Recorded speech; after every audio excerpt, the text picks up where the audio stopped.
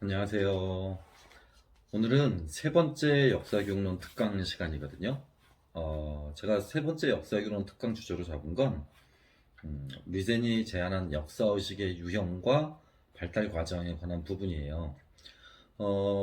지금 영상 말고도요, 앞으로 두 가지 영상을 더 찍을 거거든요. 한 가지는 리젠이 제안한 역사의식의 발달 단계에 맞춘 내용 조직의 방법이라고 할 수 있는 발전계열법의 사례에 관해 설명을 해드릴 거고요. 그 다음 마지막 세 번째 동영상은 실제 저하고 함께 사례 문제를 한번 풀어보실 거예요. 사례 문제를요. 이렇게 해서 이제 이 영상부터 토탈 세 가지를 이제 영상이 한꺼번에 나중에 이제 올라갈 텐데요. 세 가지 영상 꼭 잘 봐주시길 바라고요. 아울러 부탁드리건데 제가 정규 강의 수업 시간에 다루지 못한 내용들을 보충해서 올리는 강의인 만큼 선택해서 들으시는 강의가 아닙니다. 무조건 다 들으셔야 되고요. 또 말씀드립니다만 본 강의와 연계된 강의이기 때문에 이 강의를 듣지 못해서 생기는 불이익 같은 경우는 여러분이 감당을 하셔야 돼요. 그러니까 꼭 번거로우시더라도 짤막짤막한 동영상들 주무시기 전이나 이렇게 통학하실 때 그럴 때 꼭 봐주시기를 간곡히 부탁드립니다. 자, 오늘은 첫 번째 주제인 의젠의 역사 인식과 역사의식의 발달에 관한 내용입니다. 남색 책에 나와 있는 내용하고요. 그 다음에 빗살무늬 책이요. 곧 역사교육의 입론과 구상이라는 양호한 교수님 책에 나와 있는 글 내용 가운데 일부입니다. 잘 들어보세요.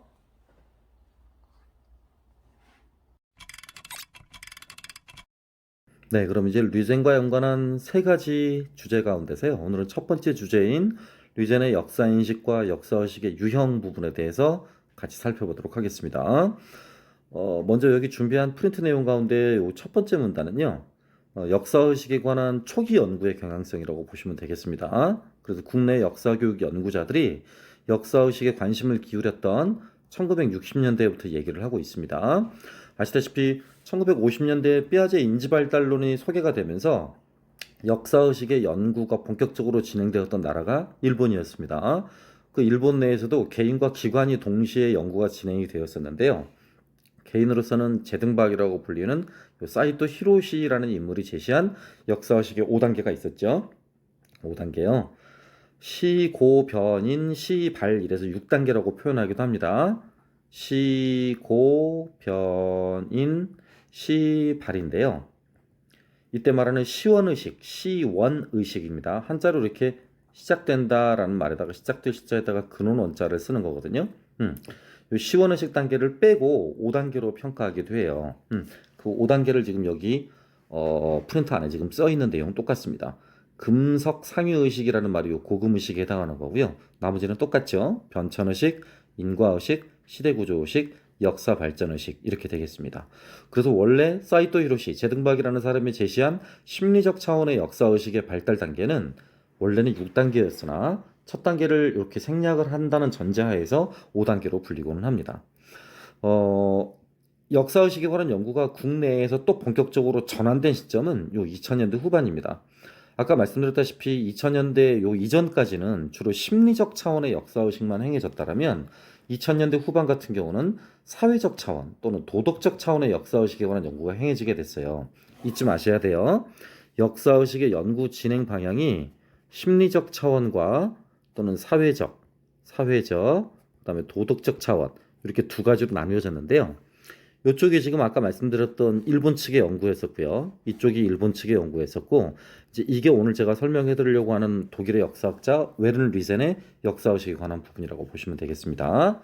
그래서 국내에서는 어쨌든 2000년대 후반에 역사의식에 다시 관심을 갖기 시작했어요. 그래서 기존의 역사의식을 그대로 수용한 게 아니고요.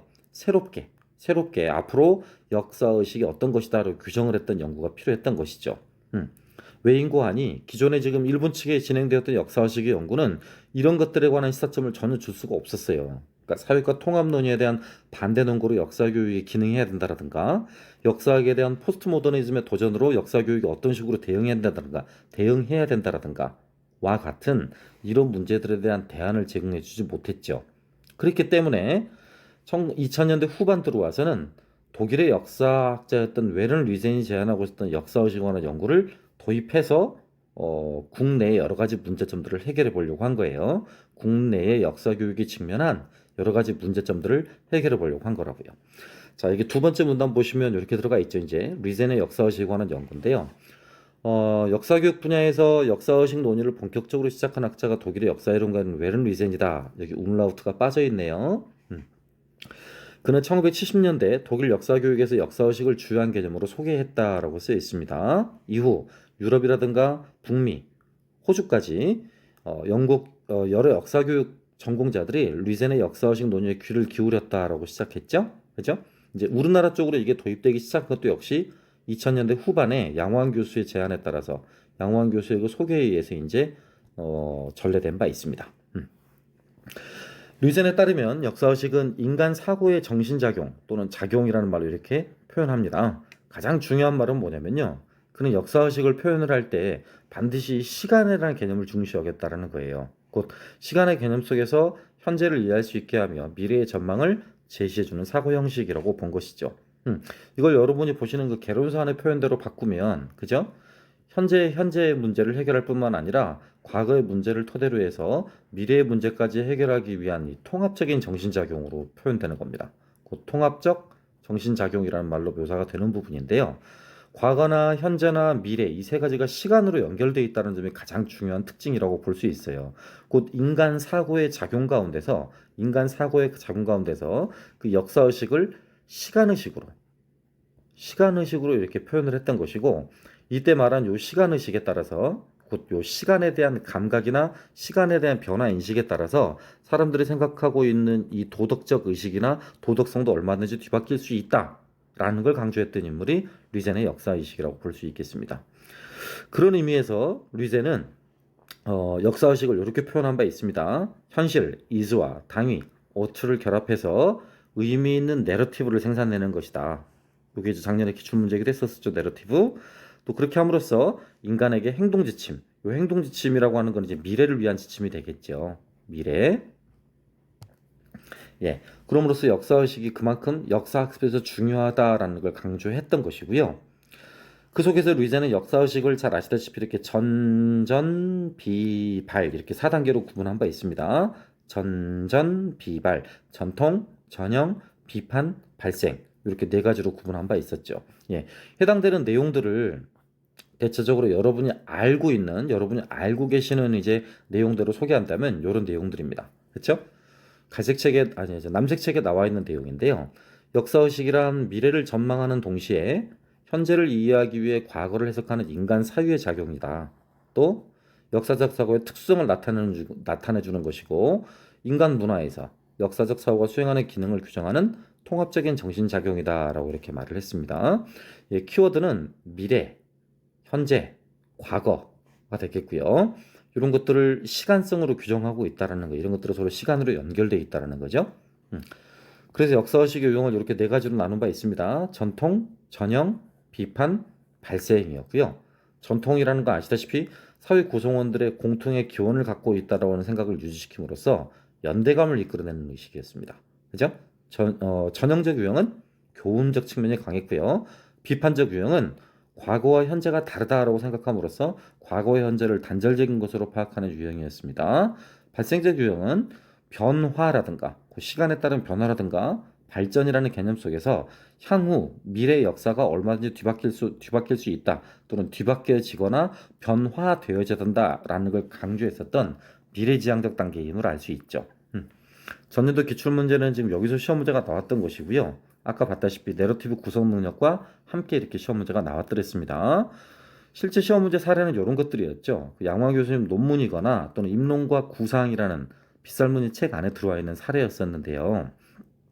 A씨족이 B씨족에게 큰 신세를 졌고 B씨족 가운데 후손 중 피신처를 구하는 사람이 있으면 아무리 큰 죄를 지었더라도 그 청을 거절하겠다는 약속이 이렇게 기록으로 이 기록 자체가 이제 역사가 되겠죠. 그렇죠? 역사요. 그렇다면 중죄를 지은 B씨족의 후속이 A씨족의 후손에게 도움을 청한다면 어떤 결정을 내리겠는가라는 사례였습니다. 각각의 네 단계에서 학생들이 어떤 결정을 내리겠는가라는 요 부분이 사례 문제가 되겠죠. 요 부분이. 그렇죠? 요 부분도 마찬가지고요. 요 부분이요. 또 이 부분이겠죠? 이렇게. 예. 아무래도 시험 문제 나올 수 있는 부분들은 요 두 부분이 더 크겠죠. 작년에는 지금 요 부분이 나왔으니까요. 올해 같은 경우는 요 두 부분이 시험 문제 나올 확률이 굉장히 좀 높아진다라고 평가할 수 있겠습니다. 그래서 오늘 첫 번째 시간에는요. 요 네 가지를 일단 다들 알고 계시다시피 이렇게 외우셔야 되겠고요. 전전비발이라는 걸 외우셔야 되겠고, 이 리전의 실험 사례 나와 있던 시족 간의 도움과 연관한 부분이에요. 요 사례들, 요 네 가지 사례들을 전부 다 기억하셔야 되겠습니다. 예. 특히 리전이 언급했었던 이런 역사의식의 발전 단계, 발전 과정은요. 내러티브와 연관해서 굉장히 중요한 시사점을 주거든요. 여기 보시면요. 리젠은 역사의식이 이렇게 네 단계로 발전해 나간다라고 말하고 있죠. 그죠? 전통적 역사의식은 가장 먼저 형성된다라고 말을 하고 있고요.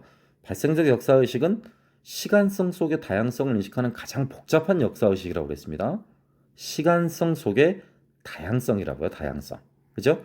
그러니까 다문화주의 속에서도 가장 대표적으로 강조되는 역사의식이겠죠.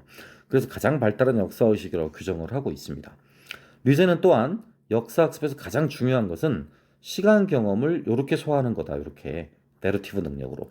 그래서 그만큼 최근에 강조되고 있는 것이 내러티브 구성 능력이 되겠죠. 전년도 시험에 이렇게 기입형 1점짜리로 나왔듯이요. 물론 서술형 안에 포함되어 있는 것이었습니다만 내러티브란 말이 그래서 굉장히 중요해요. 여기서 그가 말한 내러티브 능력이란 시간 속에서 현재 삶의 위치를 정립시키는 이야기를 할 수 있는 능력.